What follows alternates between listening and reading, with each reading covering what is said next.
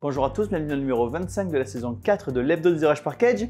Je vous l'ai dit la semaine dernière, pas d'hebdo parce que Japan Expo, beaucoup trop de choses à faire, beaucoup trop de jeux à présenter aux centaines de milliers de visiteurs de la Japan. Mais aujourd'hui, du coup, un hebdo double. Rendez-vous tout de suite avec les nouveautés de la semaine et de la semaine dernière. Et on démarre tout de suite avec Pop.com, un jeu d'ambiance d'Alexandre Droit et Yves Hirschfeld. Alexandre Droit, vous connaissez, c'est peut-être pour des jeux comme Losties ou Secret Identities. Yves Hirschfeld, il a fait pas mal de jeux, mais notamment le plus connu, c'est Ta Gueule et toute la série des Ta Gueule. Ici, ils arrivent avec un jeu dans lequel vous allez jouer le rôle de créatif dans une agence de créa. À chaque tour, un joueur va tirer une carte, choisir un des 4 thèmes donnés qui sont sur la carte, laisser recours à ses créas pour remplir les différents défis. Il y a un vote à la fin du tour. Le joueur qui a été le plus créatif remporte la carte, mais honnêtement, c'est pas vraiment le compte de points qui compte, mais plutôt l'occasion d'être créatif sur des sujets un peu folding et toujours extrêmement drôles. C'est Popcom. Et on continue avec Candidaton, qui est un peu un mélange de Similo et de Unusual Suspects, dans le sens où il y a une série de personnages, un joueur choisit un des personnages et on va lui poser des questions auxquelles il va devoir répondre par oui ou par non. À chaque fois qu'on lui pose une question, il faut éliminer un personnage qui n'est pas le personnage choisi. La grande originalité du jeu, c'est que les personnages qui sont donnés ne sont pas les donnés par le jeu, mais bien par les joueurs eux-mêmes. Ils ont des plaquettes sur lesquelles ils vont écrire des noms de personnes. Ça peut être des personnes connues ou ça peut être leurs collègues, leurs voisins, les gens de leur famille, etc. etc.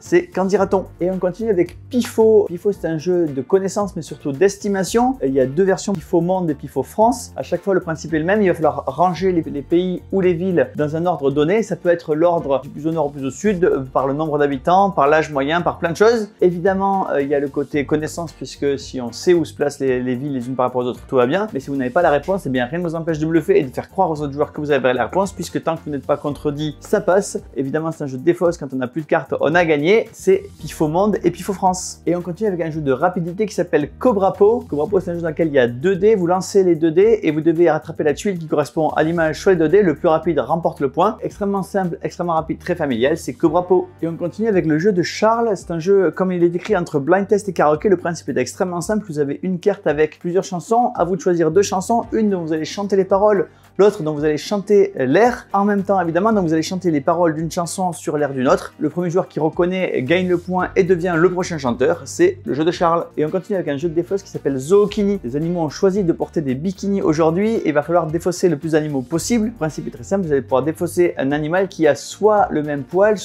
que le bikini de l'animal qui a été joué avant. Par exemple, si vous avez un zèbre avec un bikini en poil d'orang-outan, vous pouvez jouer soit un zèbre, soit un orang-outan, soit un animal qui a un bikini en poil de zèbre, soit un animal qui a un bikini en poil d'orang-outan. Voilà, c'est tout simple, vous connaissez les règles, c'est Zookini. Et on continue avec Oye Oye, un jeu de Jérémy Partinico, à qui on doit notamment Oxono, Oxy, Dactobia, mais aussi Dédale. Ici, il arrive avec un jeu en partenariat avec le Flip. Dédale était un jeu en partenariat avec le Festival des Jeux de Toulouse. Ici, c'est un jeu en partenariat avec le Flip. Donc, les bénéfices vont aller pour l'organisation du festival de Parthenay. Le jeu est très simple. Vous allez avoir des cartes que vous allez faire rouler. Vous allez pouvoir donner une affirmation à vos adversaires sur les cartes données. Par exemple, sur les cartes, il y a eu 2 fois la forêt. À vos adversaires de trouver si oui ou non la réponse était juste. Donc, un jeu de mémoire pour vous, pour vos adversaires, où vous allez faire votre propre niveau de difficulté. C'est Oye Oye. Et on continue avec Album, un jeu de Karine Minidré, c'est son premier jeu. C'est un jeu coopératif dans lequel vous allez prendre une photo et la mélanger parmi d'autres et donner des mots sur une échelle de 1 à 5 qui correspond à la photo que vous avez vue. Charge aux autres joueurs de retrouver votre photo parmi les autres. À noter qu'il y a un travail très particulier qui a été fait sur les photos, puisqu'il y a eu un appel à photos originales. Donc toutes les photos qui sont dans le jeu sont des photos de vrais photographes, des photos originales qui ont été faites pour ce jeu. Des photos donc extrêmement artistiques pour un jeu qui fait pas mal appel au sentiment et au ressenti et à la communion entre les différents joueurs. C'est Album. Et on continue avec Pray Another Day, un jeu de Brett Gilbert et Matthew Dunstan, qui ensemble ont fait par exemple la Guilde des Expéditions Marchandes, mais aussi Elysium, et puis Matthew Dunstan il a fait aussi à part toute la série des Next Station et plein d'autres choses. Ici ils arrivent avec un nouveau jeu qui arrive en France avec une nouvelle série d'illustrations qui est beaucoup plus jolie que les illustrations précédentes qui avaient été faites par l'édition allemande. Le jeu c'est un jeu de double guessing extrêmement simple. On va appeler 5 animaux les uns après les autres. S'il y a 2 animaux du même type, ils s'éliminent. Les animaux mangent les animaux plus petits qu'eux et vous marquez un point à chaque fois que vous survivez à un tour ou à chaque fois que vous êtes le plus gros chiffre, donc le plus petit animal à survivre à un tour. Le premier qui arrive à 5 points remporte la partie, c'est Pray Another Day. Et on continue avec un jeu d'Antonin Bocara et de Romaric Gallonier, qui sont 2 auteurs extrêmement expérimentés, qui arrivent ici avec un jeu coopératif dans lequel vous allez devoir créer des rêves et essayer d'avoir les mêmes rêves les uns que les autres. Le principe est très simple, les joueurs vont rajouter dans des fioles différents mots et essayer de créer un rêve à partir de ces mots. Au plus vous êtes en commun sur les différents rêves et au plus vous marquez de points, c'est la fabrique à rêves. Et on continue avec La Légende du Colibri, Colibri, la légende du Colibri, vous la connaissez peut-être, hein, c'est cette histoire où la jungle est en feu, les animaux se demandent quoi faire et commencent à fuir la forêt et le Colibri revient avec quelques gouttes d'eau. Les autres animaux lui demandent mais qu'est-ce que tu espères éteindre ce feu avec quelques gouttes d'eau? Le Colibri répond non, mais j'aurais fait ma part. Et bien c'est exactement ça qui va se passer. Les joueurs vont être des animaux qui vont devoir se passer des gouttes d'eau de l'un à l'autre pour essayer d'éteindre les différents incendies. C'est un jeu d'adresse puisque les gouttes d'eau ils vont se les passer d'une papate à une autre papate, évidemment en essayant de ne pas les faire tomber. Évidemment c'est en temps limité, donc il y a une bande son qui est fournie avec le jeu qui va vous donner un peu les bruits de la jungle de plus en plus stressants. À vous d'utiliser l'eau pour éteindre l'incendie, les graines pour replanter les plantes, c'est la légende du Colibri. Et on continue avec un jeu qui s'appelle Code Conquête, qui est le premier jeu d'Alejandro Pasaran, qui a eu pas mal son succès à SN en 2023. C'est un jeu extrêmement simple, à chaque tour vous allez jouer une carte face cachée, puis la poser sur votre tableau en recouvrant au moins une case de votre tableau, et vous allez essayer de faire la plus grande zone possible, soit d'attaque magique, soit de défense magique, soit d'attaque physique, soit de défense physique, sachant que vous allez essayer de battre avec votre attaque la défense des adversaires, magique ou physique. C'est tout simple mais c'est assez casse-tête et extrêmement efficace, c'est Code Conquête. Et on continue avec Déduction, un jeu dans lequel vous allez essayer de deviner le chiffre qu'il y a chez vos adversaires avant que vos adversaires ne devinent le vôtre. Tous les chiffres sont compris entre 0 et 20 et à chaque tour vous allez devoir donner un indice parmi une série d'indices à vos adversaires, sachant que plutôt que de donner un indice, vous avez le choix d'essayer de deviner le chiffre d'un adversaire, et dans ce cas là vous ne donnez pas d'indice, sauf si vous vous trompez. Dans ce cas là vous devez en donner deux. Évidemment celui qui préserve son chiffre secret le plus longtemps possible remporte la partie, c'est Déduction. Et on continue avec Tokomaja, un jeu dans lequel vous allez créer votre collection de cartes, sachant que à chaque fois que vous avez un volant vous pouvez le jouer. Celui qui a le plus de volants d'un certain chiffre est évidemment majoritaire sur ce chiffre. Évidemment vous perdez des points à la fin de la partie pour toutes les cartes qui vous seront restées dans la main sans les brelans. Donc un jeu assez tactique dans lequel vous allez devoir créer vos majorités, les défendre contre vos adversaires, mais jouer également un maximum de cartes, c'est Tokomaja. Et on continue avec Galaxy Goldmine, un jeu dans lequel vous allez devoir combiner tactique et mémoire. Le principe est très simple, vous avez une planète que vous allez pouvoir creuser au fur et à mesure avec 3 niveaux. Vous avez 9 piles qui sont chacune sur les 3 niveaux. À votre tour, vous allez piocher des cartes et les prendre pour vous, sachant que les cartes ça peut être soit des points, évidemment plus c'est profond et plus ça peut rapporter de points, soit des effets bonus, soit un bout d'artefact, et si vous avez les 3 bouts d'artefacts qui sont aux 3 niveaux, vous remportez automatiquement la partie. Mais si personne n'arrive à avoir les 3 artefacts complets, c'est celui qui a le plus de points qui remporte la partie. Au moment où les planètes explosent, c'est Galaxy Goldmine. Et on continue avec le nouveau jeu de Luc Raymond qui s'appelle Alpina. Luc Raymond c'est notamment l'auteur de Skyteam, un jeu qui a eu énormément de succès cette année, mais aussi de Free to Play, de Splitto, de Farm and Furious et de quelques autres encore. Ici vous partez en randonnée dans le parc national suisse, vous allez y observer différents animaux qui vont scorer en fonction du moment où vous allez les observer et surtout en fonction de l'endroit où vous allez les observer. Donc à chaque tour vous avez un système qui vous permet de choisir une carte, à vous de décider si vous allez essayer d'optimiser vos points ou si vous allez faire quelques coups fourrés à vos adversaires, puisqu'il est possible de faire voilà, des petits coups pendables à vos adversaires, c'est Alpina. Et on continue avec un jeu de Sophia Wagner qui s'appelle Strato. Strato c'est un jeu coopératif ou en équipe, vous pouvez jouer jusqu'à 4, dans lequel vous allez créer un tableau de cartes et évidemment à chaque fois que vous allez jouer une carte vous allez appliquer ses effets qui va peut-être vous mettre du désordre dans votre tableau. À vous de bien tout organiser, il y a 10 niveaux de difficulté, c'est Strato. Et on continue avec Three Motion, un jeu extrêmement abstrait comme vous pouvez le voir. Le principe c'est que vous allez devoir mettre 3 pions de même forme ou de même couleur dans un carré de 2 par 2. Vous ne pouvez pas toucher un pion qui a la même forme ou la même couleur que le pion qui a été touché par votre adversaire précédemment. Donc à vous de bien vous placer pour essayer de remporter la partie tout en empêchant votre adversaire de gagner la partie avant vous.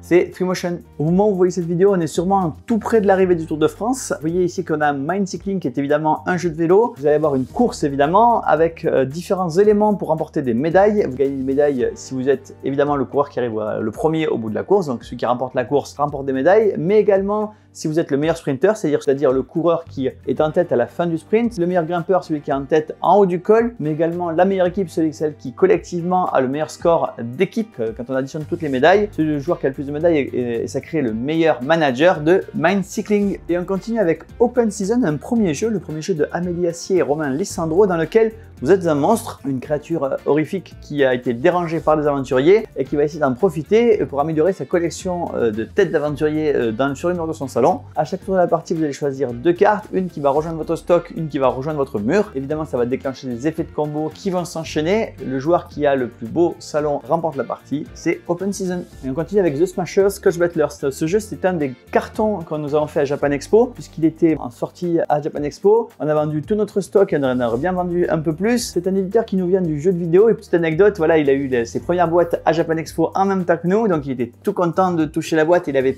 même peur de laisser ses marques de doigts sur les cellophanes tellement pour lui Smashers c'est un objet précieux. Le jeu c'est un mélange de deck building et d'auto-battler, c'est-à-dire que vous allez devoir recruter des personnages qui sont des smashers, c'est des joueurs de Smash Ball. Évidemment vous allez recruter des superstars qui vont vous aider à remporter les parties, mais vous allez évidemment avoir des rookies parce que vous n'avez pas l'argent pour vous payer une équipe évidemment de All-Star. Vous allez affronter d'autres équipes évidemment, et c'est l'équipe qui a le plus de points à la fin de la partie qui l'emporte, c'est The Smashers Coach Battler. Et on continue avec Barbarian Kingdoms, c'est un jeu qui avait remporté, enfin ou du moins le proto qui a donné ce jeu avait remporté le prix de l'Udinor en 2021, donc 2021-2024, voilà 3 ans entre le proto finalisé qui remporte un prix et le jeu qui sort aujourd'hui. Le jeu se passe au 5e siècle, les hordes barbares sont un peu partout, c'est l'arrivée des Huns sur l'Europe. Chaque joueur joue un royaume barbare dans un jeu évidemment un peu asymétrique de conquête et de majorité. Un petit peu asymétrique, vous remportez la partie si vous contrôlez 7 provinces ou si vous avez réussi à tuer 2 rois adverses. C'est Barbarian Kingdoms. Autre jeu de bataille historique, autre jeu qui se passe avec des vraies civilisations antiques, c'est Heroic Battles of History. Dans Heroic Battles of History, vous prenez le rôle d'un héros antique, ça peut être César, Alexandre et puis plein d'autres, et vous allez d'abord commencer par constituer une armée. Donc il y a une première phase de recrutement et de deck building, puis vous allez mettre cette armée dans un tableau pour affronter vos adversaires, sachant qu'il y a de très forts effets de combo. Par exemple, si vous avez une catapulte et des archers, ben, ça ne combote pas. Par contre, si vous avez une tour sur laquelle placer vos archers, bien évidemment vos archers vont être beaucoup plus efficaces. Donc à vous, au monde du recrutement, de bien penser aux différentes combos qui vont pouvoir se créer. C'est Heroic Battle of History. Et on continue avec Pampero, un jeu de Julian Pombo. Julian Pombo, c'était un des assistants de Lacerda. Il a notamment fait le mode solo de Lisboa. Et ici, il arrive maintenant avec son propre jeu qui est très clairement inspiré de tous les jeux de Lacerda, évidemment. Ça se passe en Uruguay. L'Uruguay, il n'y a pas beaucoup de ressources et donc a décidé de massivement investir sur les ressources renouvelables, avec notamment les énergies éoliennes, mais également certaines autres. Et donc, c'est un jeu dans lequel vous allez devoir gérer vos ressources électriques pour vous et puis éventuellement pour vos pays voisins, construire vos usines, etc., etc.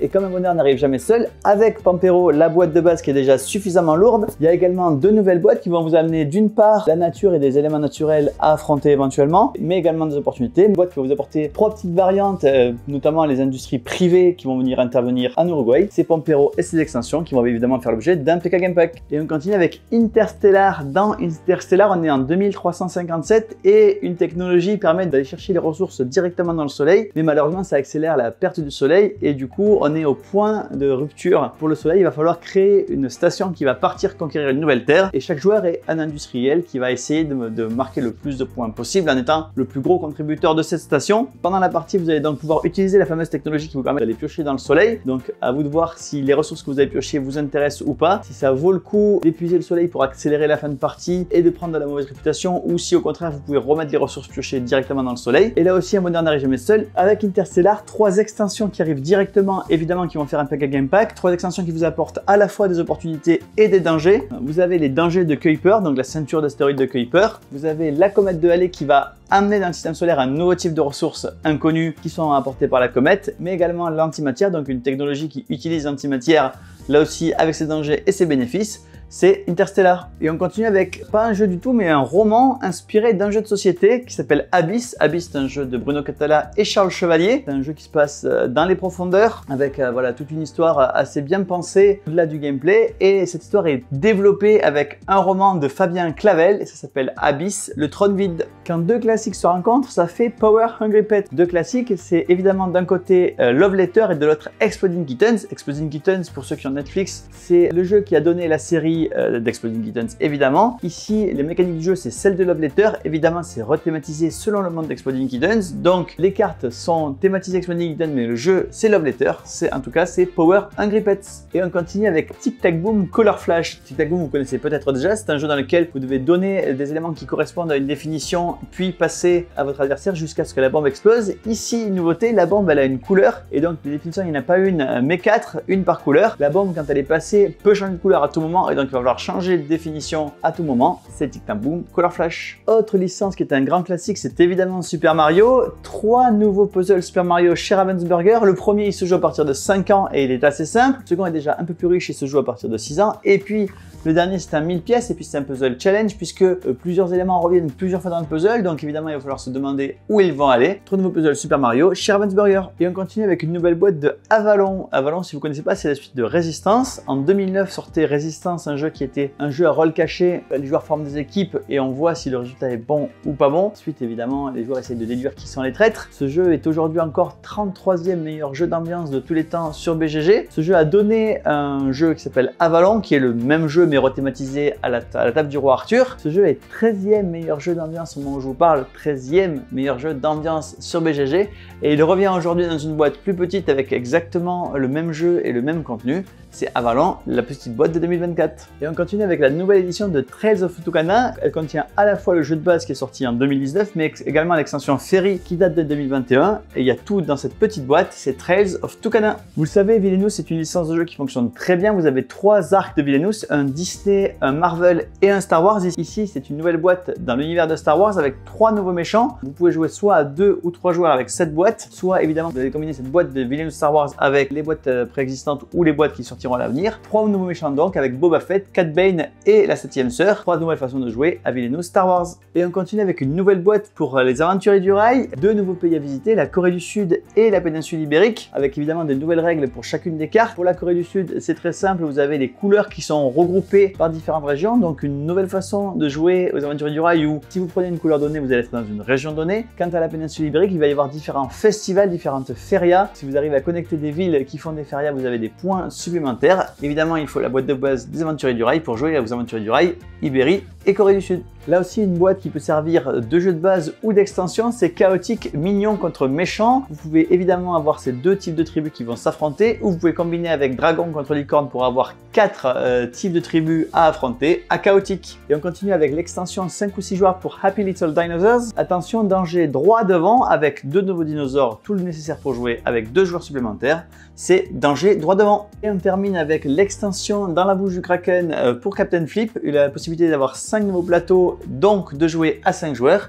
Évidemment, il y a un PK Game Pack avec Captain Flip et son extension Kraken. Et bien voilà, le numéro 25 de la saison 4 de l'Hebdo Dirage par Cage est terminé. Il était un peu plus long que les autres parce que c'était un numéro double. La semaine prochaine, pas de vidéo pour vous parce que Alain, après cette vidéo, il va avoir besoin de prendre au moins une semaine de vacances.